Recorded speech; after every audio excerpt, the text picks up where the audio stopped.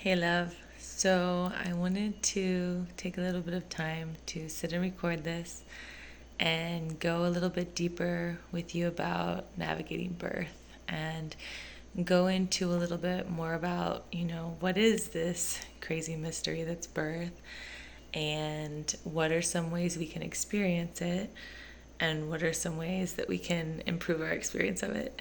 So, first of all, when I was going into giving birth to Ellie, I was like asking women, what does it feel like? And everybody was like, oh, I just can't tell you. Um, but I would say that I can tell you. And also that your experience of what it feels like will depend on a few different things. One being the position that your baby is in. Um, Two being how you navigate the sensations, right? And so everything I'm going to share with you, like I'm just trying to be thorough. I understand that you might already know some of these things, so I'm never trying to talk down to you. I'm just trying to share and be thorough in what I'm sharing.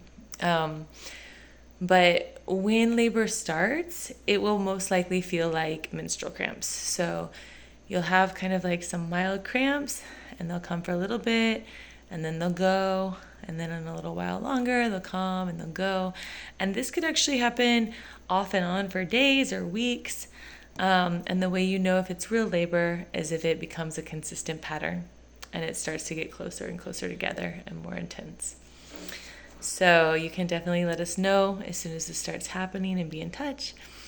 Um, and yeah, from the very beginning, you can begin to work with the tools you have to navigate these sensations. So like we talked about in these last videos, like sound and breath and also movement are going to be your best friends. And I would really say that to me, in my perception of what birth is and what facilitates an ecstatic, orgasmic, pleasurable, amazing birth, is getting into a trance state. And so I know you're very familiar with the atmosphere of ceremony, and I would say that birth is pretty much the deepest ceremony. And so, we want to enter into this mindset and this holy space, But you can use within this space one, like the atmosphere, like with the ceremony, right? Like setting the environment, the nice lighting, good music. I personally like a really long sacred song over and over again because this helps me not have to think about it or that I change channels when the song is shifting. But anything I'm sharing is a lot from my personal preferences, and you do you 100%. However you feel to move, to sound, to whatever is the right way. So yeah, if a playlist that's, changing songs a lot is best for you or whatever, cool. But for me, a song with words in a different language or just instruments is for me the best way that I can get into a trance state. So like with Ellie's birth, I can sing you the music, but I had like a 15-minute song that went over and over again. And then with Sufit's birth, I had really long songs that like a couple of them just repeated and repeated. And this, for me, served to take me deeper and deeper and deeper into a trance. And so when you can use the breath and the sound and the movement and the atmosphere to get into a trance state, that's when you really can have like a psychedelic experience. And that's what I feel like enables you to really transmute the intensity into ecstasy, essentially. And when I talk about like ecstatic or orgasmic birth, it's not to put pressure on you to do that. It's just to share that this is absolutely possible for you. And I would share that like when I was going into Ellie's birth, like I was like really not ready to become a mom. I was really having a lot of inner turmoil with my family, my relationship with my mom, like my relationship with her dad. And even despite all of this, I was able to have a really amazing birth experience. And so I feel really deeply like this deep knowing that I know that you're going to have a really amazing experience, a really powerful experience, and I really sense that it's actually going to be easy for you. I really believe that, as I pray about your birth and feel into it. So, but yeah, as these kind of menstrual crampy like sensations begin, you can still do stuff. So one thing we recommend people do when they first start having these sensations and it starts feeling like consistent, like, okay, this is the real thing, is eat a big meal. Like not super big, but with protein, like a satisfying meal. Because that may be the last time you eat until you give birth. And that protein will help sustain you along the way. Because it's easier to snack during birth. So I really like to have, I like tons of juice.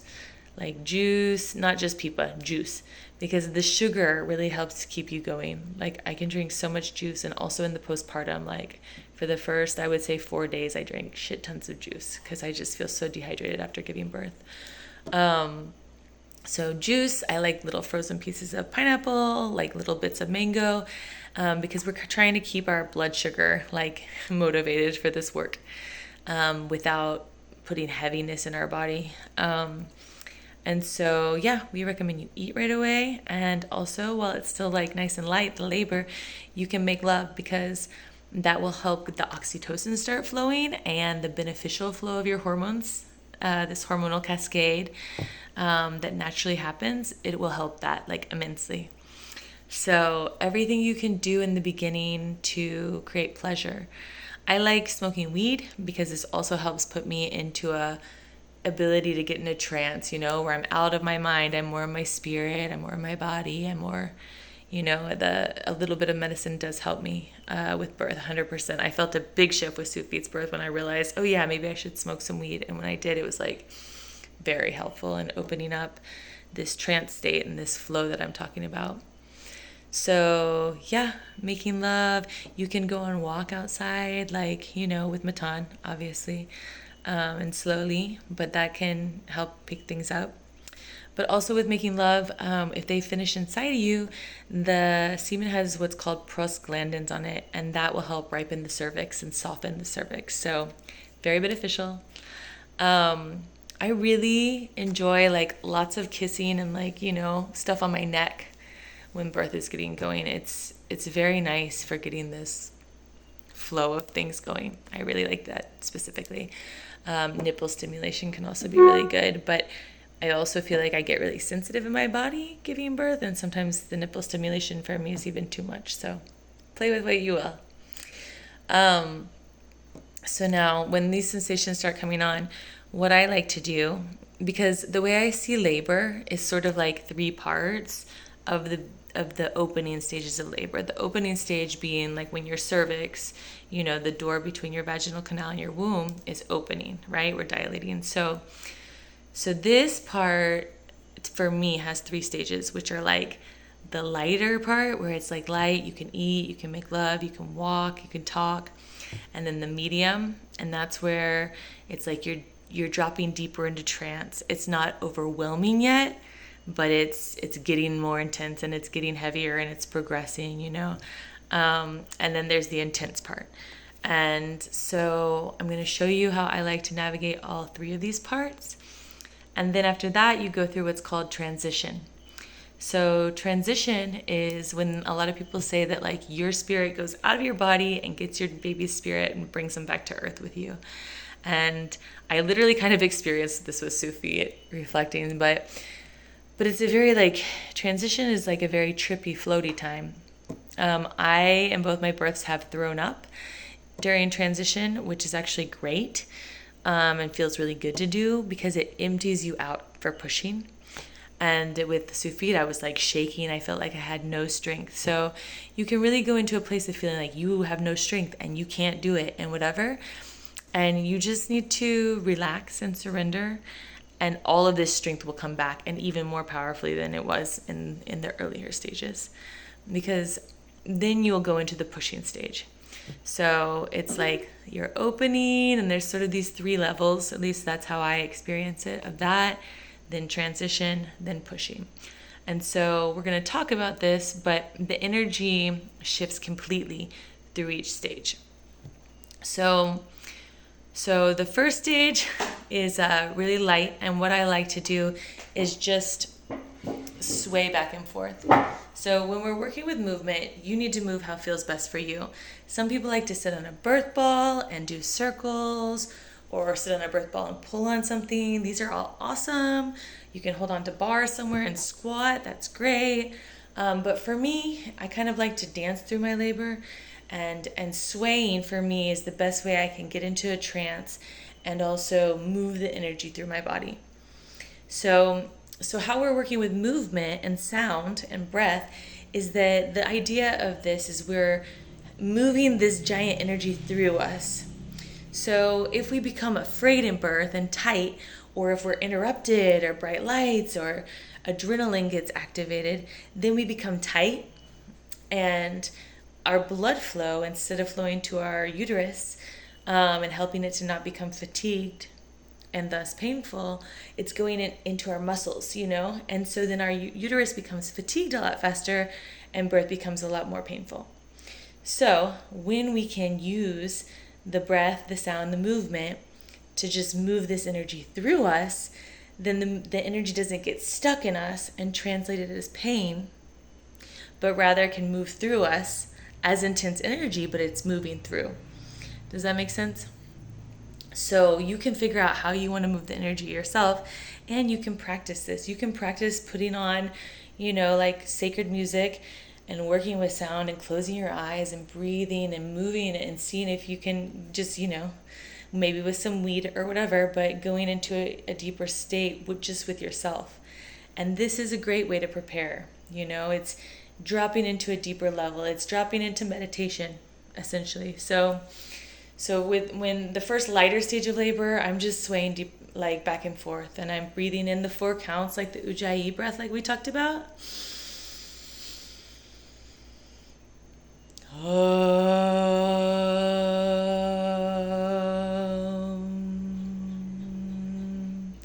And I'm umming. So even with Sufit's birth, I could walk around the first lighter part of labor, and then a rush would come, and I would stop, and I would sway, and I would and I would open. You can work a lot with visualization, especially throughout the opening, that you can see your yoni as like a lotus opening. You can see your heart opening. You can see your whole being opening, and you can work with your inner vision with this. And in preparing for birth, you can work with visualization too. So it's great to take time to meditate and practice your breath, practice your deep sound, practice relaxing your jaw with these deep sounds, and practice visualizing your deep, full opening and surrender. So along with that, for your entire birth experience, for the entire part, all the stages that we just talked about, one of the most powerful tools is really the simplest tool, and this is like utter surrender. So between these rushes, you like I said, at the beginning it's light and you can walk around still and do stuff or whatever, but you're going to want to relax as fully as you can between these rushes. Like as in, you can let your whole body go limp. You want to come back over and over again to making sure your jaw is relaxed, because this is so connected to our pelvic floor. But like the more in between your rushes you can fully relax, the more it's going to allow the blood to replenish and your muscles, especially the muscles in your womb, not to get fatigued and thus become painful or function spasmically or whatever. The surrender is just as important as the active part. So yeah, you can practice like deeper relaxation. Okay, you're relaxing. Okay, now tell yourself, now become 10 times more relaxed. Like you think you're going totally limp. Okay, now go even deeper, more relaxed. And in your birth, you can even tell yourself this mentally or even out loud. Okay, become 10 times more relaxed. And like I said, like the relaxation and the rest is just as important as the active parts of navigating this. So yeah, and then we're getting to like stage 2, where you're going deeper into trance, you're going deeper into intensity. So for me, during this part, it helps to like lean over something, like could be a birth ball. For me, I like to lean over like a bed or something that's about hip height, and do my swaying from this stage, you know, where I have something to lean on, or on Matan or on one of us. So like leaning over something and then swaying back and forth to where you're supported. So during this, you know, it's hot. We're probably going to be hot if it's during the day. One pain relief thing that I love is ice water in a straw. And Matan or one of us can drip like cold water down your spine. And this other sensation of intensity in another spot other than your womb, your yoni, will move your awareness there and will take away from some of the intensity of what you can feel in your womb. So when you're leaning over something, this is a really easy time that we can do that for you, or even put ice on your spine. Yeah, so pain relief doesn't have to be some really intense thing.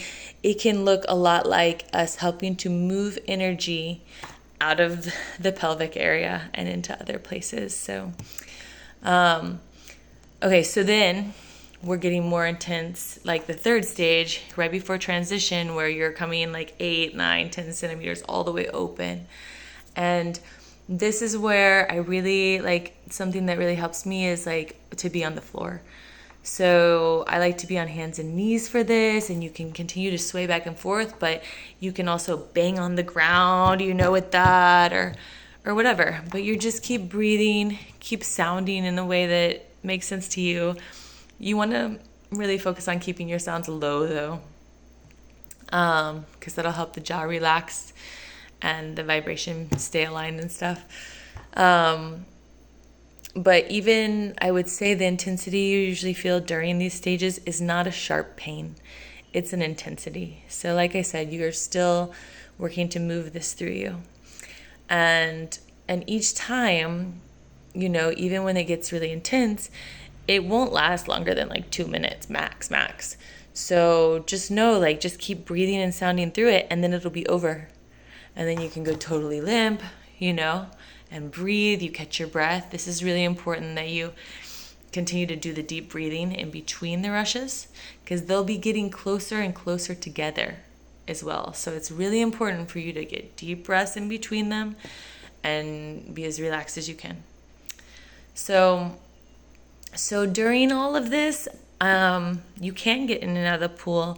The pool will slow things down, and we like to get in the pool closer to actual pushing, because if labor is progressing, you want it to keep progressing, because we're working on conserving your energy, and we don't want to stop the process for many reasons. Now, if you need the pain relief, I would advise, instead of getting in the tub while you're in this opening phase, if you can help it, because you can. If it's too intense for you, get in the tub, awesome, for a little bit, and we get back out. But the shower, cold shower, hot shower, all of this water stuff is awesome. And I got in the shower with Sufi after transition, but with Ellie, I was in and out of the shower during the opening. So yeah. Water is awesome.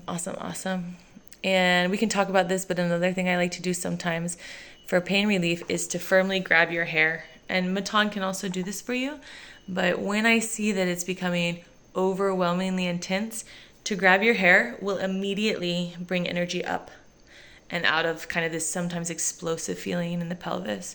So if you're comfortable with that, I'm happy to be in tune with you and sometimes do that if it's needed. Pretty much everybody I've ever done it for is like, that was amazing. That was so, so that's a good one too, as far as pain relief. So then transition. I would say the best thing to do during this is that we hydrate, get juice, get pipa, throw up if you need. With Ellie's birth, I was like in the pool then, drinking pipa, like having fun after I threw up. But with Sufit's, it was a different experience. I was throwing up and shaking, and I couldn't talk, and I thought I was too weak to do the rest of the birth. But then as soon as I got back into it, when the rushes started coming again, because in transition you stop having rushes for a little bit. Then so much strength comes back, and it's the strength of this intensity, which is even more intense than the most intense of the opening part, moving through you. And all you have to do, like the whole birthing experience will just move through you. All you have to do is like breathe and relax and fully surrender. Like literally, you don't have to really do anything. It will happen through you. But all of these little things you can do are to help you move the energy.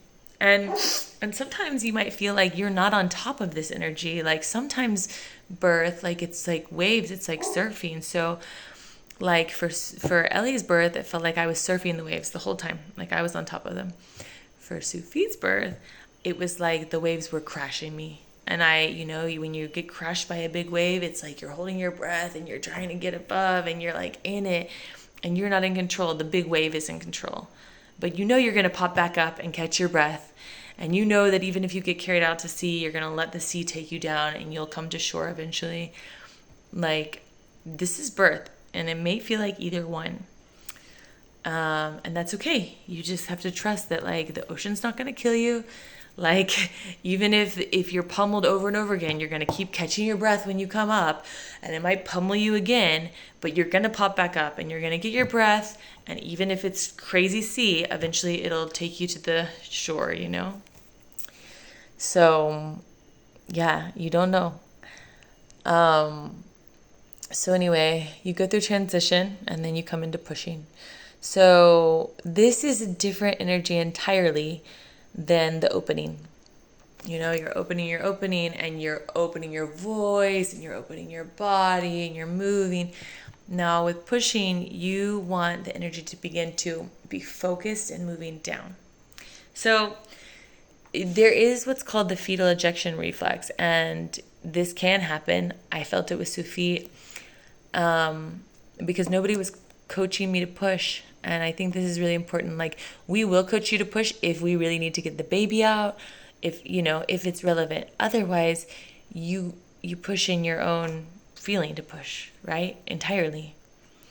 So one thing that I think really helped to facilitate Sufi being able to push herself out was me being in an upright position.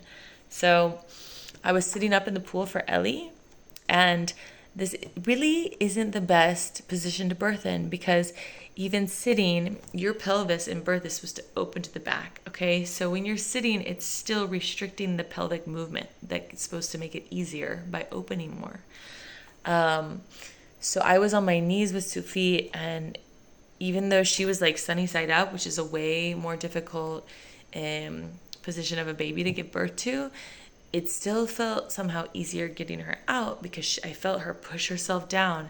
And instead of me like pushing so hard, it was like we were working together more, and the gravity was also helping us. So I really like the shower more than the pool because you can have more stability in it. The pool, you're kind of a bit floating. The pool is great if that's where you feel like you want to be. But I like the shower because you can have so much relief. And I don't know if you guys have a detachable shower head, but like my best friend gave birth and had that, and we could do it on her back and even on her yoni and on her belly. And we labored like that, and she had like waves of orgasmic pleasure like over and over again during the opening phase. So I don't know if you guys can get one of those, or if you have one, amazing, because we can really work with that. That's an amazing tool. So yeah, but anyway, the rushes will become more intense for the pushing and possibly pretty close together. So it's like when you're getting crashed by waves a bit, and you want to just make sure, like, it's almost like, this breath of fire where you're not focusing on inhaling, you're focusing on exhaling, like you're naturally going to inhale when you're doing this. You will naturally inhale between these rushes, and you kind of need to focus on that, like on between the rushes, like breathe in as much as you can, because you need this oxygen going to your womb, going to your body, and focus also on going totally limp in between and breathing. And then when they come, you're working with it, and you're going to breathe in, and you're not letting all your energy out through your mouth if you can help it. You breathe in, and like taking a hard poop. You're pushing the energy down and you're keeping the energy inside instead of being like, screaming, whatever. If you can take a deep breath and then focus the energy down, and then you can ease your baby out. So unless we're indicating to you that we really need the baby out right away, you have time. And it's great to take that time because the head of the baby will mold to your yoni and your yoni will stretch to the head. And this is how it's supposed to be. So as you're pushing, as the baby's crowning, we might and probably will have you pant, like as they're coming out. Okay, you did a push, good, it's right there. Okay, you don't have to like push through one and the next and the next. You can wait through a rush and not push. You can wait through another rush and not push, just that there's a little extra time for you to stretch and for you guys to work together to ease the head out. So ideally we want to ease the head out unless there's a reason to push it along, which if there is, okay, and you'll push hard and you'll get your baby out and everything will be fine. But if there's not a rush, then we can really take our time and ease the baby's head out and there's no pressure and we're there with you. And it's really intense. I would say that Ellie's birth was not painful, like at all. Like all of the labor, everything, it got intense towards the end, but it wasn't painful. Getting the head out was. And part of why it was so painful getting the head out was because my birth team was really pushing me to like push really hard and giving me all this pressure when really it could have gone a lot easier and smoother. And with Sufit, the whole birth was like batshit intense, but it wasn't painful. It really wasn't painful. It was crazy intense. I was super loud, but this loudness and intensity that I was using with my sound was moving this crazy powerful energy because Sufit's birth, her being sunny side up, was like a million times more intense than Ellie's. But the intensity of my sound and my breath and my movement was able to move all this through me. And I'll say that birth has really, given me a deeper understanding of what S&M is, because I've never understood why people would get off on pain until I experienced birth.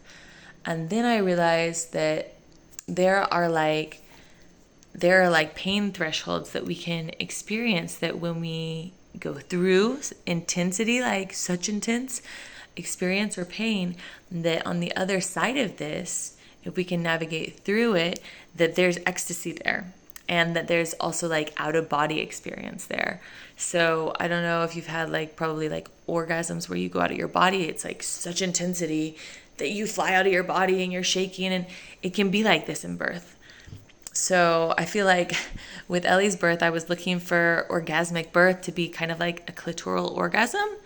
And I was even rubbing my clit as she came out, trying to turn it into pleasure.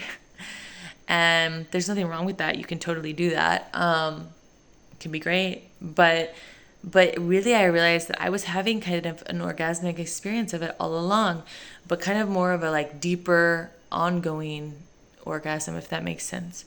Like a more vaginal orgasm where it's full body and it's more of a trance state and it's more psychedelic. And this is what I think orgasmic birth is. And this is why I believe so much in working with all these tools to go into the trance. When you're making love, you go deeper and deeper into a trance state with your beloved, and then you start flying, right? So it's like that very much.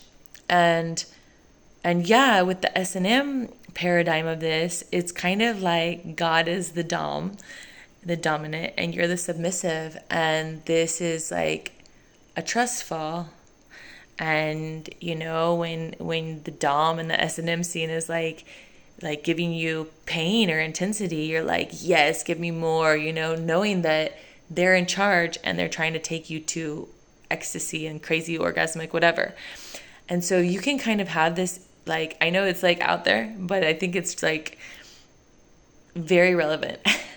So if you can have this perspective of yes, yes and more, and kind of let yourself get off on when it's painful or intense. Because one thing is that I'm not going to bullshit you that you're not going to have any pain, okay? Because you might, and you might not. But I will say that when there is pain in birth, that it's always passing. It's not just going to hurt and hurt and hurt for an hour. It's passing in like a minute, half a minute even. And you can do anything for a couple minutes, you know? You can do anything. Even if it's like, feels like it hurts like hell. As soon as it passes and it's over. And the most intense part that, you know, at least with Ellie, that did hurt. And with a lot of people, it feels like what they call the ring of fire, that there's like a ring of burning. Now, this doesn't necessarily have to happen, but it may. And I'm telling you about it, that it won't scare you, but it's like a threshold that you go through it. It's not going to burn you forever. It's not going to burn you for hours. It's really a matter of minutes. And there's also a feeling of maybe that you're going to be torn in two. So you're not. You're not.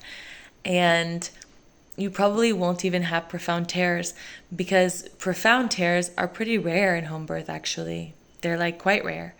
And especially if we can ease out the head, we can avoid that. You might have little skid marks, whatever. This is normal. Even little tears will heal even on their own. And we have everything to just patch you up perfectly to where you'll never know anything happened.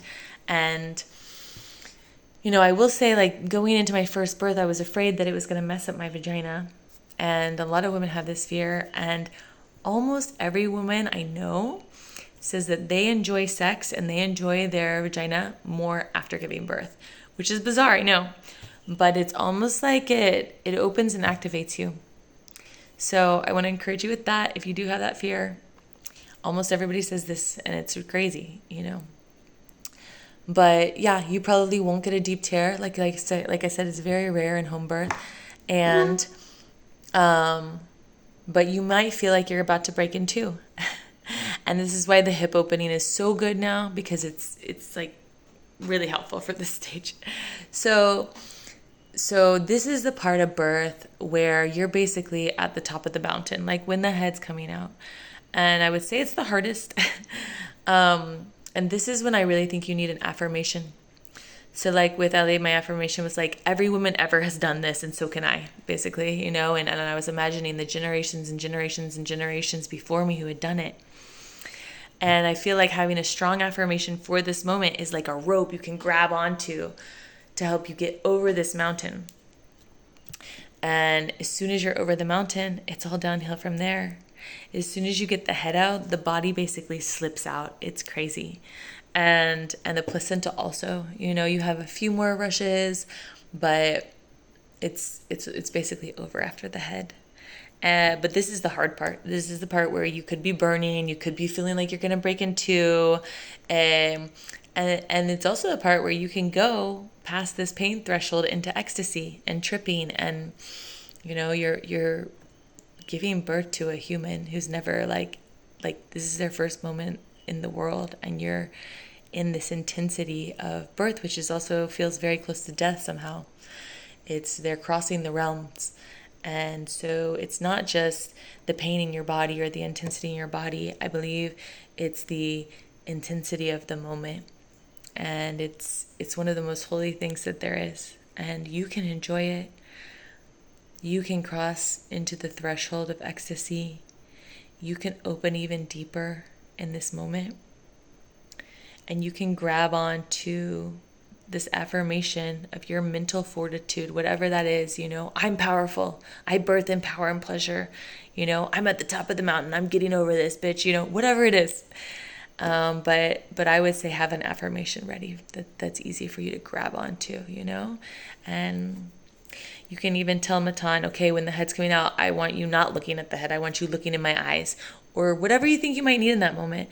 But we're going to be so with you. And yeah, I would say that we brief everybody also that when the baby's coming out, we want to be really quiet. They say that this is when you can hear the angels sing. It's a very holy moment, and the veil is lifted, and I think it's very, very good to be as quiet as we can. I mean, there might be talking needed or whatever, but yeah, just that we all honor this moment. And yeah, like I said, once you're through that, the rest is really easy. I promise, you know, I promise. Some of the rushes might be like intense or what the fuck ever, but you got the head out, and it's like, you'll be fine. So yeah, and then we'll put the baby on you right away, and then we'll be like scoping them out, like to make sure they're breathing, to make sure like, everything good. Make sure they're not like having fluid or something in their nose and their mouth,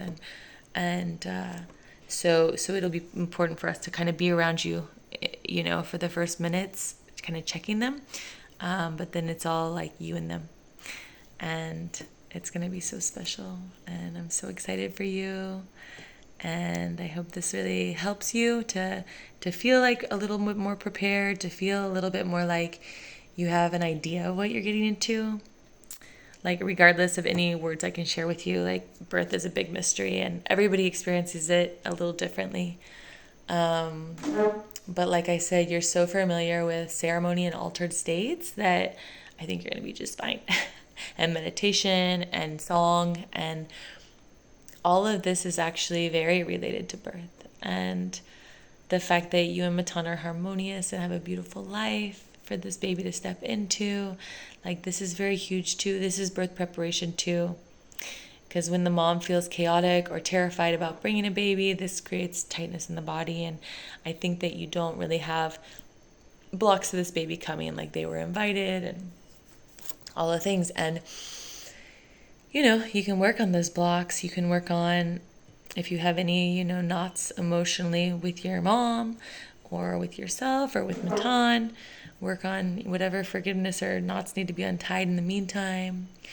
Be in nature, be in beauty, connect with your baby. You can talk to your baby and be like, okay, I want to make sure that your head's tucked down and your arms are by your side, and mom's going to work with you and you're going to work with me. Also, you can talk to your body a lot. Like, thank you so much, Yoni, that you're going to open perfectly. Thank you so much. Like, whatever. Like, you can talk to all your body. And yeah, Maya said something really powerful, that during her birth, she was talking to her body a lot, like kind of commanding her body to do things, and it was working. So that's another little useful tidbit, that you start talking to your body now, and cultivating more this relationship, talking out loud to your baby. So those are all good things. Visualizing the birth going really well as much as you can. Yeah. Practicing the inner smile around your birth, seeing yourself in birth and feeling a smile and a golden light around all of it. This is all the prayer and the ceremony and the work. Very much so. And with your blessing way, all your sisters are going to start to surround you with the web of prayer and support and light, and you'll feel it. It's really profound. And yeah, I love you so much. It's going to be amazing. Yeah, like the sex at the beginning, but the more, you can have as much privacy as you want during your birth. Like, we don't have to be in the same room with you just because we're attending your birth. I really like to be alone with my partner for most of it. And the more you can do to make oxytocin flow, the more making out or massage or, bits of love making you can do, the better. It'll help it all to be more and more ecstatic and glorious for you. So, like, loving touch, I don't mean necessarily penetration. Once your water's broken, you can't put anything inside you. But yeah, Matan can be so helpful to you through transmitting confidence to you. And he needs to know that he's going to see you go through intensity, and that it's very important for him to maintain his calm and breathe and transmit peace and belief in you through his eyes, through his energy.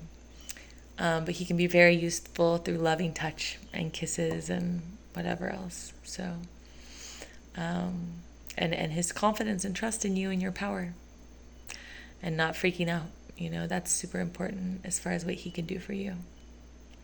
So okay, that's my little talk on birth for the most part, and it's gonna be amazing.